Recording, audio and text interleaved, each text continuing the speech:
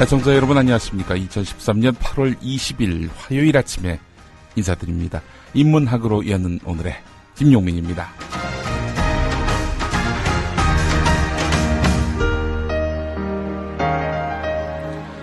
여러분, 음악의 아버지가 누군지 아십니까?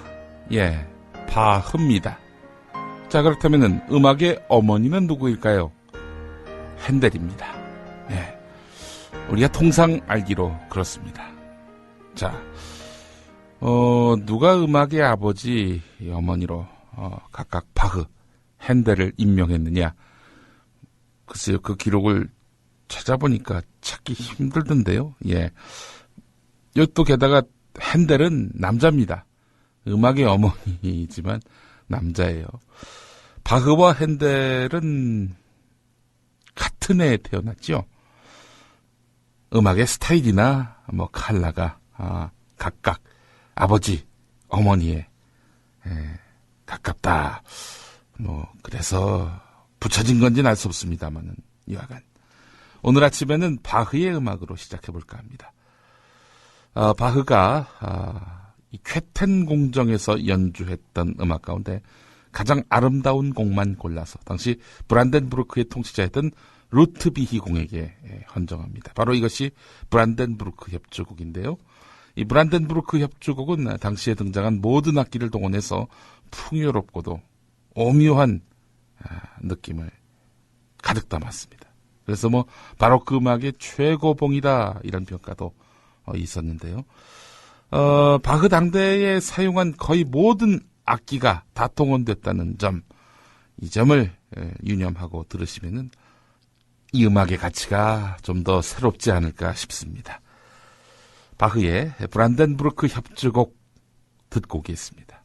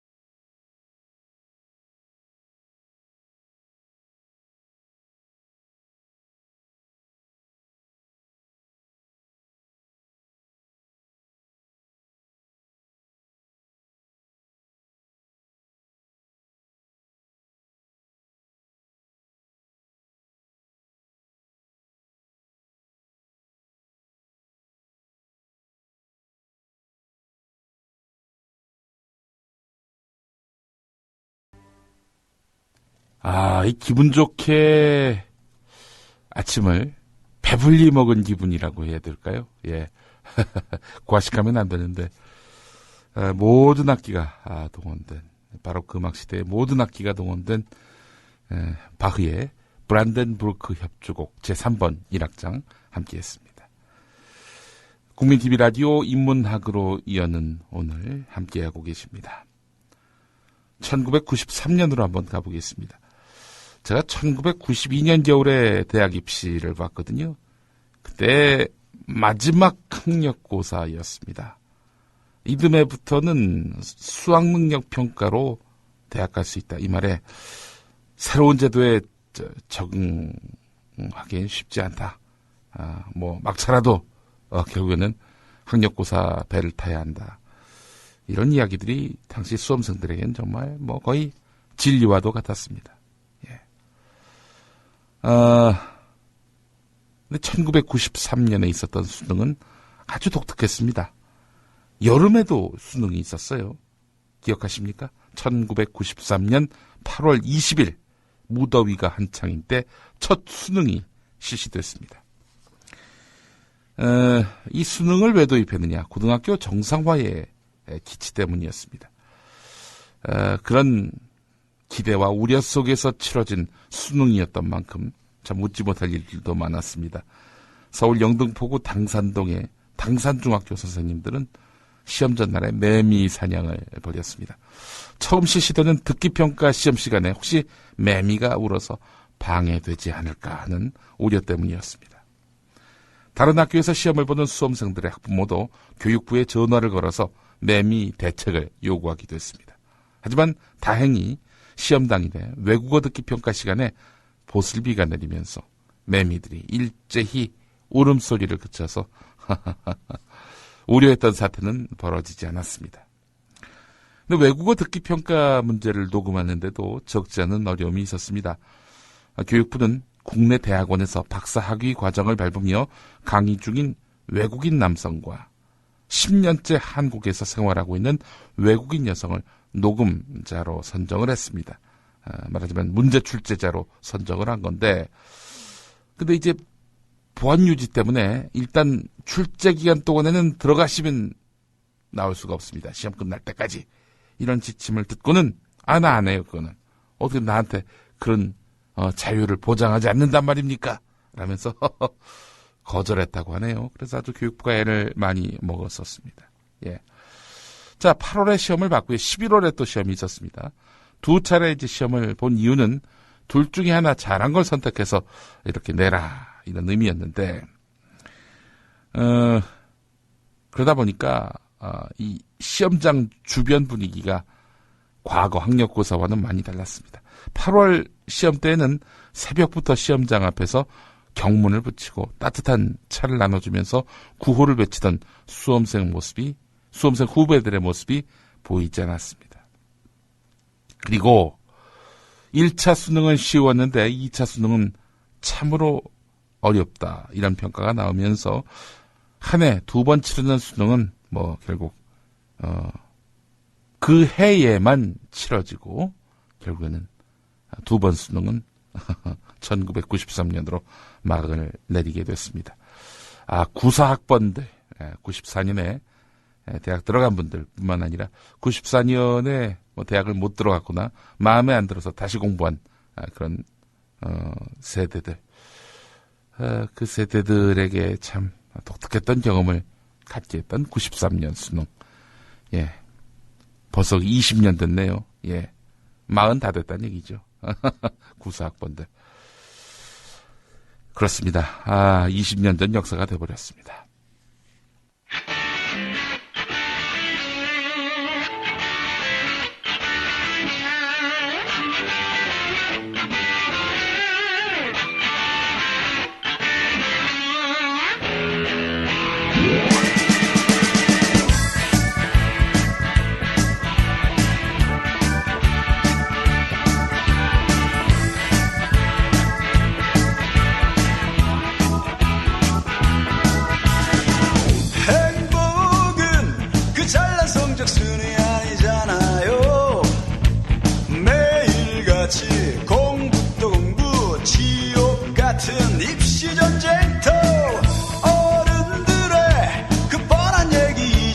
싫어요. 행복과 성적이 정비례하면 우리들의 꿈은 반비례잖아요. 행복은 그 잘난 성적 순위 아니잖아요. 안치환의 행복은 성적순이 아니잖아요. 들었습니다. 이런 제목의 영화도 있었죠. 하이틴 영화로. 저희 중학교 때인가요? 고등학교 때 아주 큰 인기를 모았었는데, 이미연 씨가 주연으로 나왔었던 영화 기억납니다. 1940년으로 한번 가보겠습니다. 레프, 다비도비치, 트로츠키. 볼셰비키 혁명가면서 마르크스주의 이론가지요. 본명은 레프 다비도비치 브론시테인. 참 이름 어렵습니다. 예. 트로츠키는 필명인데요. 레프의 영어식 이름을 따서 레온 트로츠키로 사람들은 많이 부릅니다. 우크라이나의 부유한 농가에서 유대인의 아들로 태어난 트로츠키는 런던에서 혁명가 블라디미르 레닌과 처음 만나게 됩니다. 초기에는 레닌의 아주 든든한 그런 원군 이렇게 활동하다가 점차 레닌의 급진 노선과 거리를 두기 시작합니다. 두 사람 사이의 관계가 멀어지게 된 것은 너무나 당연하겠죠.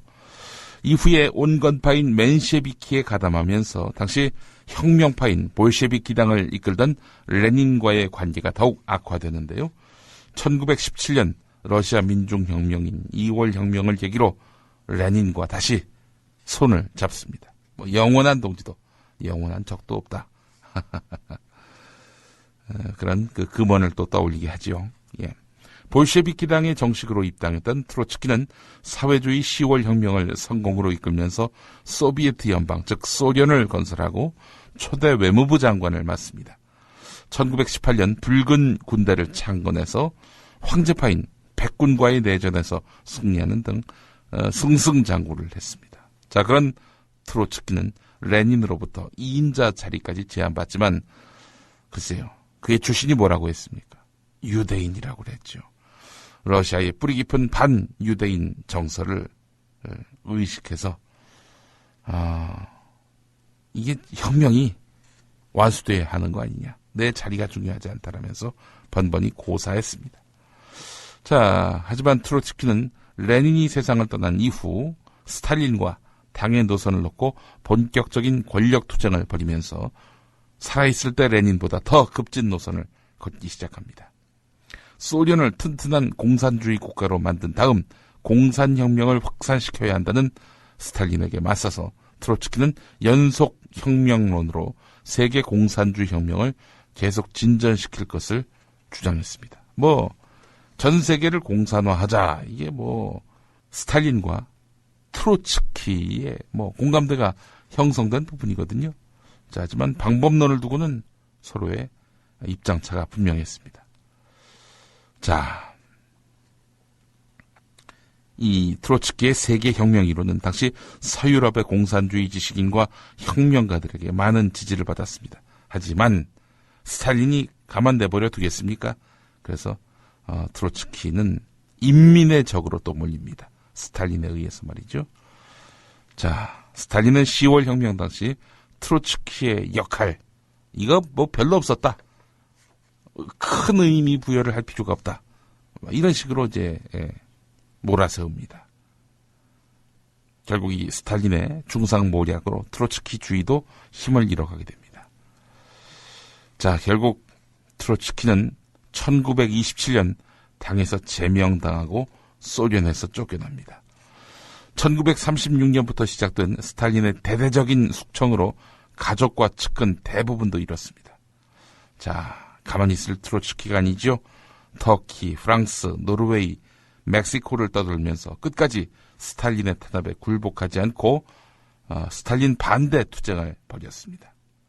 자, 그런 트로츠키는 마지막 유배지였던 멕시코에서 스탈린이 보낸 자객에 의해 무참히 살해됐습니다.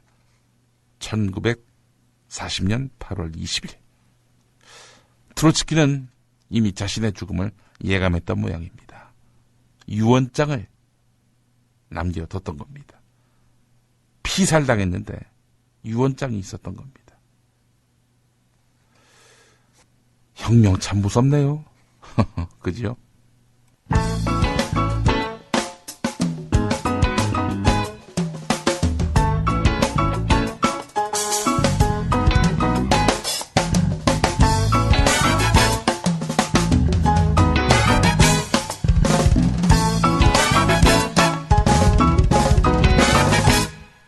내가 가는 길이 오만 멀지라도 그대 함께 간다면 좋겠네.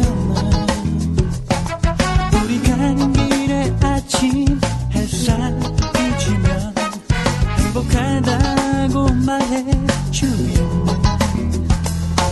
이리저리 둘러봐도 제일 좋은 건 그대와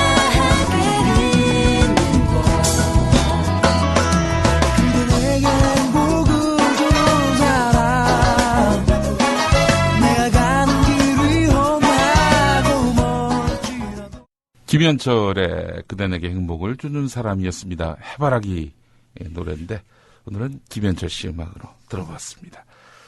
자, 1988년 오늘은 이란 이라크 전쟁 8년 전쟁이 종식된 날입니다. 자, 사담 후세인 이라크 대통령, 이 사람의 그 전쟁의 목적은 다분히 정치적이었고요.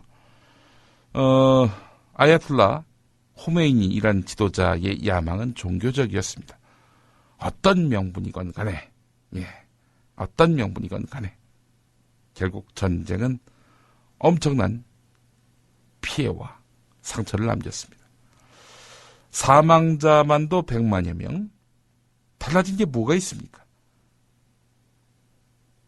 민족적, 종교적 갈등의 불씨도 그대로 남아 있었고요.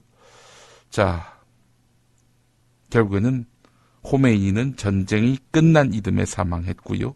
후세인은 1990년 쿠웨이트를 침공하면서 걸프 전쟁을 일으켰다가 미국의 미움을 사게 돼서 몰락의 길을 걷게 되고 대테러 전쟁 와중에 이렇게 생포가 돼가지고 처형됐습니다. 비참한 몰락의 길을 걷게 된 것인데요. 자, 이란 이라크 전쟁은 지도자들의 무모한 야망이 국가와 국민을 파국으로 몰고 갔다. 이런 교훈 외에는 남긴 것이 없습니다. 8년간 치열하게 싸웠지만은 승자는 없고 모두가 패자가 되는 그런 전쟁이었습니다. 아니, 솔직히 얘기해서 현대전에서 승자가 있는 전쟁이 어디 있습니까? 그렇지 않습니까? 다 패자가 됩니다. 전쟁 그 자체만이 아니죠. 전쟁이 남긴 상흔, 트라우마, 이런 것들이 인간 심리를 얼마만큼 위축시키고 또 마음속에 큰 앙금을 남기는지 헤아릴 수가 없는 것이죠. 자, 전쟁 없는 평화의 세상을 함께 다시 꿈꿔봅니다. 인문학으로 여는 오늘 순서를 모두 마무리하겠습니다. 여러분, 오늘 곳곳에서 평화의 존재로 그 이름을 떨치시기 바라겠습니다. 내일 아침에 다시 뵙겠습니다. 김용민이었습니다.